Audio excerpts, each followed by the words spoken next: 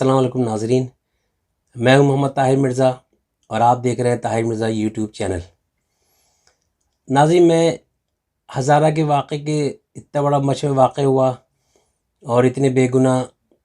ہزارہ کے افراد شہید کیے گئے۔ اس واقعے پہ میں نے ایک پہلی اپنی ویڈیو جو کی تھی لاسٹ، اس میں زیادہ تر اس کے سیاسی پہلو کے اوپر میں نے روشنی ڈالنے کی کوشش کی تھی۔ یہ ایک اتنا بڑا واقعہ ہے اور اتنا اندوناک واقعہ ہے کہ جو قوموں کی زندگیوں میں ایسے واقعات ہوتے ہیں اور ان کو جھیلنے پڑتے ہیں اور صبر کرنا پڑتا ہے، کیونکہ جب جو بھی قوم ترقی کرنے کی کوشش کرتی ہے تو لازمی دشمن ممالک کی جو فورسز ہیں وہ کبھی بھی نہیں چاہتے کہ ہمارا ملک، دشمن ملک جن سے ہمیں کوئی اختلاف ہے، وہ ترقی کریں،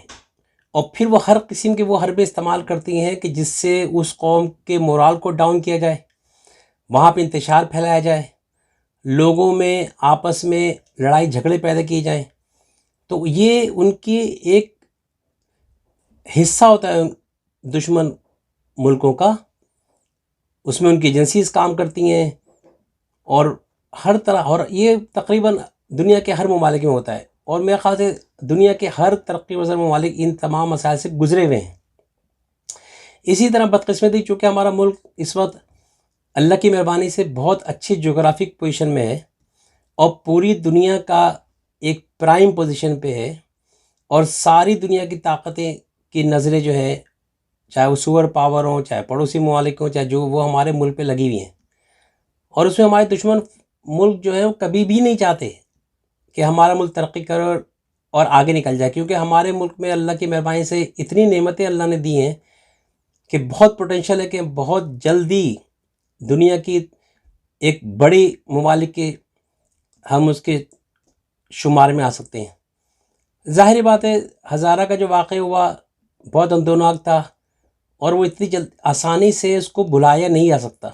اور ظاہر بات ہے کیونکہ اس میں تکلیف دہ، اس میں ایسے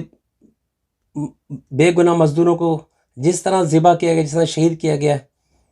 وہ سوچ کے بھی رونگٹے کھڑے ہو جاتے ہیں۔ ظاہر بات ان کی فیملیز پہ کیا گزری، عوام پہ کیا گزری، بحیثیت قوم لوگوں پہ کیا گزری۔ وہ ایک ایسے تکلیف دہ مراحل تھے جس میں ساری قوم افسردہ تھی، احتجاج کر رہی تھی، غم منا رہی تھی۔ یہ اس کا ایک پہلو تھا جو کہ بالکل فطری ہے۔ بدقسمتی سے دوسرا پہلو جس پہ میں نے اس کا روشنی ڈال چکا ہوں اپنی پچھلی ویڈیو میں، وہ ایک سیاسی پہلو تھا۔ ایک طرف تو ظاہر بات ہے قوم، چاہے وہ ان کے رشتہ دار ہوں جو بیچارے لواحقین ہیں، جو میتیں لے کے بیٹھے ہوئے تھے، احتجاج کر رہے تھے، غم و غصہ تھا اس کا اظہار کر رہے تھے، اور جتنے پوری قوم کے جو مزید افراد تھے وہ اس کے ساتھ، ان کے ساتھ شانہ بشانہ کھڑے تھے، ان کے غم میں ان کو سپورٹ کر رہے تھے، ان کے ساتھ ہمدردی کر رہے تھے، جو کہ ہمارا اخلاقی اور مذہبی فریضہ بھی ہے۔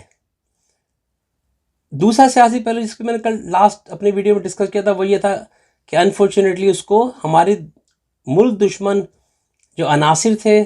طاقتیں تھیں، فورسز تھیں، اب ان کے ایسا ایسا شواہد سامنے آ رہے ہیں اور بہت سے ثبوت آ چکے ہیں کہ جو دوسرے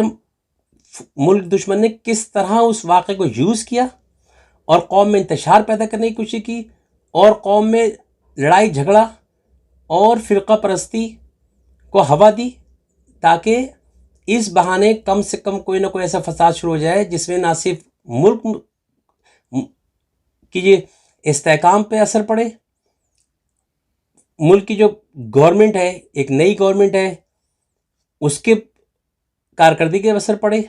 اور اس کی مشکلات، اس کے لیے مشکلات پیدا کی جائیں، جس میں مختلف قسم کے پروپیگنڈے کیے گئے، اور ظاہر بات ہے وزیر اعظم عمران خان پہ طرح طرح کے الزامات کی بوچھاڑ کی گئی۔ آج یہ جو میرا مقصد اس ویڈیو لاگ کرنے کا، وہ اس کے مذہبی جو پہلو ہے کہ جو سب سے زیادہ جو الزامات مثال طور پہ عمران خان پہ لگائے گئے کہ نہیں وہ جان بوجھ کے نہیں جا رہا ہے، وہ جان بوجھ کے میتیں وہاں رکھی ہیں، اور وہ لواحقین لے کے بیٹھے ہوئے ہیں، اور سردی ہے اور اتنی تکلیف میں، اور وہ عمران خان جان بوجھ کے اگنور کر رہا ہے یا ان کو اہمیت نہیں دے رہا ہے، جبکہ عمران خان جو وزیر اعظم ہے پورے ملک کا وزیر اعظم ہے، وہ ہر کمیونٹی کا وزیر اعظم ہے، وہ ہر قوم کا وزیر اعظم ہے، وہ ہر صوبے کا وزیر اعظم ہے، وہ ہر جتنی بھی نیشنلٹیز ان کا وزیر اعظم ہے۔ وہ ایسا نہیں ہو سکتا کہ وہ کسی ایک بھی نیشنلٹی کو اگنور کر دے۔ اس وجہ سے وہ اپنی پوری کوشش کر رہا تھا، لیکن بہت سے ایسے مسائل ہوتے ہیں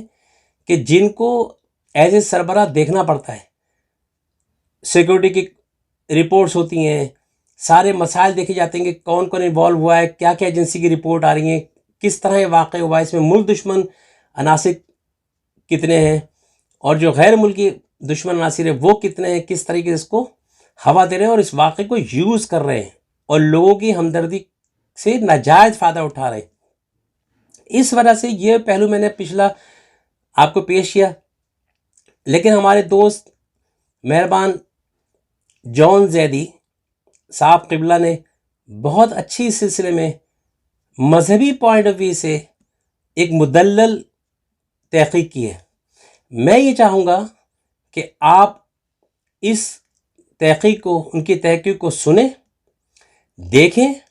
اور اس میں انہوں نے سارے ان پہلو کو کور کرنے کی کوشش کی ہے جو الزامات لگا کے پاکستانی گورنمنٹ کو اور عمران خان کو، خاص طور پہ عمران خان کو ٹارگیٹ کیا گیا اور بدنام کرنے کی کوشش کی گئی۔ اور اس میں نہ صرف انہوں نے بڑے اچھے حوالے دیے اور جتنے بھی واقعہ ہوا ہے اور اس میں جو بھی سوالات ہیں ان کا جواب قوم نہیں تلاش کر سکی اور قوم غصے میں وہ ان کو غلط طریقے سے مس گائیڈ کیا گیا، اس کا انہوں نے بہت اچھا اور تسلی بخش جواب دیا ہے۔ مجھے امید ہے کہ ہم سب کی ذمہ داری ہے بحیثیت قوم،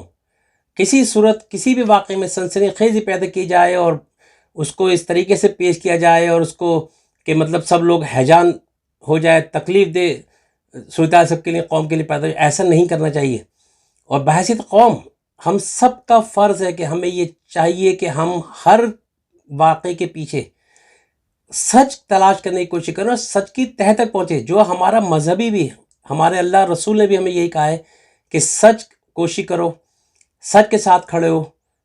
اور سچ پہچاننے کی کوشش کرو اور افواہوں پہ کان نہیں دھرو۔ اگر آپ انشاءاللہ یہ ویڈیو اور ان کی جو تحقیق ہے میں بھی آپ کے سامنے پیش کرتا ہوں، اس کو تسلی سے دیکھیں اور اللہ سے دعا ہے کہ ہم سب کو اہدنا الصراط المستقیم کی مصداق ہم سب کو اللہ سچے راستے پہ اور صحیح راستے پہ چلنے کی توفیق عطا کرے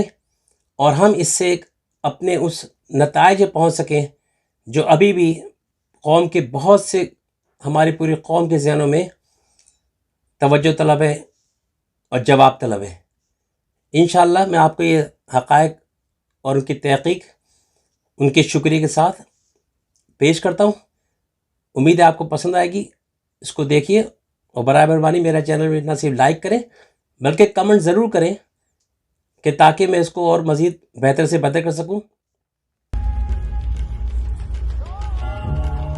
ہم میں نہ ہی مذہبی بصیرت کو سمجھنے کی صلاحیت ہے اور نہ ہی سیاسی بصیرت کو سمجھنے کا جذبہ ہے۔ ہم سب سوشل میڈیا کے رحم و کرم پر ہیں، جس نے جو پوسٹ کر دیا سو کر دیا، اور بعد میں لعنت کے سلسلے کا آغاز، یہ سوچے بغیر کہ اگر کوئی لعنت کا حقدار نہ ہوا تو وہی لعنت پلٹ کر آپ کو لگے گی، اور اس احتیاط پر عمل کرنے کا حکم معصومین نے بھی دیا ہے۔ عمران خان پر لعنت کا سلسلہ آغاز کیا۔ اکثر لوگوں نے یہ سوچے بغیر کہ عمران خان کتنے ہی ہزار کینسر کے غریب افراد کا مفت علاج کیا، کتنے لاکھوں افراد جو روڈ پر بھوکے سوتے تھے ان کو نہ صرف کھانا دیا بلکہ رہنے کو جگہ بھی دے رہا ہے۔ یہ تفریق کیے بغیر کون شیعہ ہے، کون سنی، کون مسلمان ہے اور کون غیر مسلمان۔ آپ لوگوں کی ناراضگی کی وجہ عمران خان کا کوئٹہ فوری وزٹ نہ کرنا ہے؟ میں آپ کو اس کی دلیل دیتا ہوں۔ 1 سال پہلے شہید قاسم سلیمانی کی نماز جنازہ آیت اللہ خامنائی نے